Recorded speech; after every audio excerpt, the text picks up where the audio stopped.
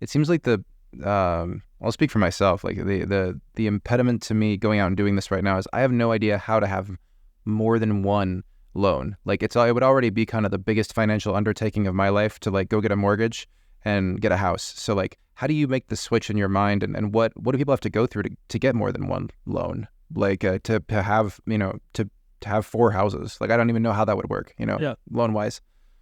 And I think that's a huge question a lot of people go through and ask, because we even had one gentleman yesterday who's house hacking.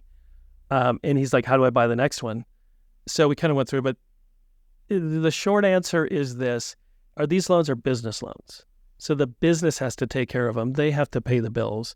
And if the property, like we said, like making sure you have good properties that meet all your numbers. If that business and that property does not pay for its own mortgage, doesn't pay for its own fix-up, all that other stuff, then you don't do it, so it doesn't become a burden to you.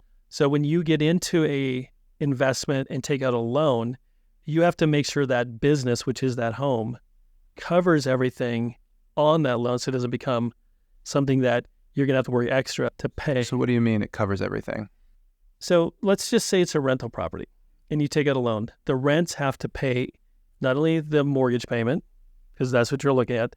They have to, if you have a mortgage payment of $2,000, you need rents maybe of $2,500. So it pays your mortgage and it gives you a little bit of money in case there's some fix up or you need to spend. But at no time should that little entity, that house, cost you money out of your personal life. So that's why I'm saying be safe and secure, because there's homes out there that the mortgage is $1,000 and they're bringing in $2,000 a month. So it pays the mortgage, so it's not, and it gives you money. That's what you mean by business. Yeah, just basic business principles. Bring in more than you're spending. Yep. Okay. Don't get into properties unless there's always uniquenesses. So we had a client who they're making so much W-2, almost $1 million W-2, they're buying properties to lose money. They're just to run off. So they could go back into a different tax bracket. Yeah. But that's not where most people are. Yeah. In the same situation as you is like, how do I buy multiple properties?